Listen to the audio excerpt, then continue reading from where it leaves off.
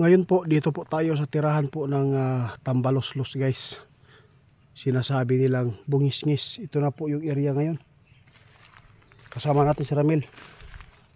I-update ko sa inyo dahil po meron pong nagtatanim ng mais dito guys na naghingi ng tulong kasi grabe po yung takot.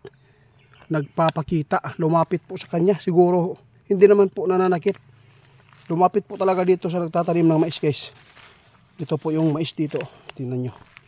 Malinis na ito guys. Mula nang pinalinis natin dito. Bro. Asa na ito? Nagkitaan daw? Diri no? Diri sa may puno ng durian guys. Oh. Dito po nakita ang Tambaloslos. Yung sinasabi nila na Tagalog, Bungisngis. Kaya nirequest tayo. Sabi nila sugurin daw natin para po malaman kung mananakit ba. Baka nagugutom lang yung siguro. Kaya nagdala kami ng pagkain na niyog guys. Yung may bula ba? Buwa. Dito na ka bro ba? Tanaw daw dito ba? Ito guys oh. Makikita ninyo. Dito ka. Basig. Ganitong oras po daw yung pagpapakita nila guys. Mag alas 4 ng hapon. Mag alas 4 ng hapon na guys. Kaya agad kaming pumunta dito para matugunan. Kasi may FB man po yung binigay ko sa kanila. Mula nang tayo ay pumunta dito. Ipukpuk ka daw bro be? Pukpuk ka daw. Kasi guys, lumapit daw yung yung bungisngis. Mula nang namuto sila ng kahoy. Grabe. Kaya lumalapit talaga sila pagpupukpukin po yung mga puno. Bungisngis! Pero hindi po nanakit guys. Lumapit lang po talaga sa tao. Mula nang pumukpok po siya dito. Pumukpok yung pumutol siya ng kahoy dito. Ipapakita ko yung pinutol Batilis man to ipil-ipil. Ha? Wala. Sila ipapatuloy na pagpukpok. Baka lumapit para mabigyan natin pagkain. Ito yung pinutol guys oh. Ito yung pinutol nila. Oh. Ngayon, ang nangyari, nilapitan sila. Dito po talaga nila nakita. Galing siguro siya doon. Oh. Ha? Mugani no. Natanggal na atong lubi guys.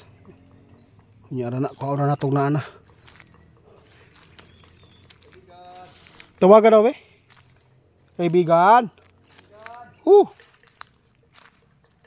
Ayaw kahadlok. Ito po yung kaibigan nyo noon.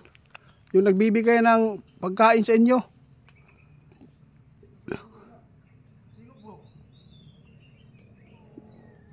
La, Bungisngis. Ikaw yun Guys, may... Sige. Guys, pinukpok ni Ramil. Dito nyo makikita ngayon guys sa aktual na pagtawag natin sa Bungisngis kasi natakot po yung nagtanim ng mais.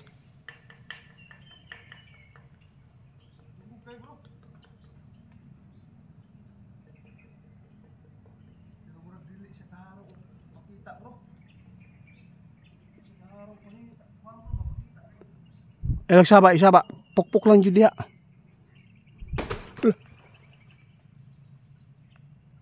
Kaibigan. Ay binuang bro, maro ikaw to ng bato ba? Ha? Parang may nang bato guys. Kaibigan.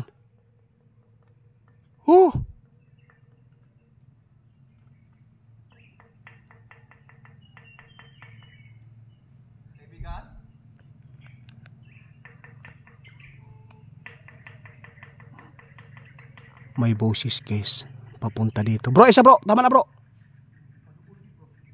Lumalapit siya dito guys. Narinig natin. Parang bato talaga yung tumama dyan sa may saging guys. Imposible man po si Bungisil na malaking tao po yan eh. Malaking elemento eh. Lapitan natin dito. Ipukpok lang sa ipukpok. Patuloy lang.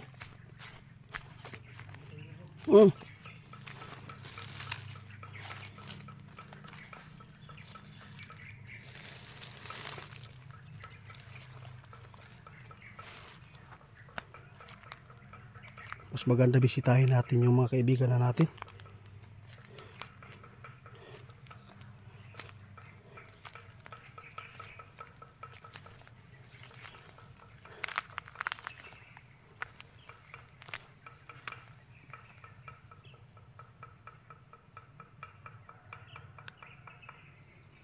Tama na bro, murag hadlok man. Wala guys. Kung titingnan ninyo, sobrang linis na yung area. Tingnan nyo guys. Ito yung mga mais nila guys, tinanim. Tsaka ito. Sobrang ganda yung tubo. Wala yun? Hindi pa nagpapakita guys. Pero rinig natin yung busis ba. Sa lahat po ng gustong makipagkaibigan ng mga elemento, no, pagtiyagaan po talaga ninyo para mapapaamo ninyo kung ano po ang gusto nilang kainin, ibibigay niyo. Kaya ipagpatuloy po natin dito guys, no, maghihintay po tayo para makita ninyo ng aktual. Ipapakita ko mismo sa inyo ng malapitan kasi malinis naman po ang area, wala naman pong masyadong makapal ang damo. Dito nyo makikita ng aktual.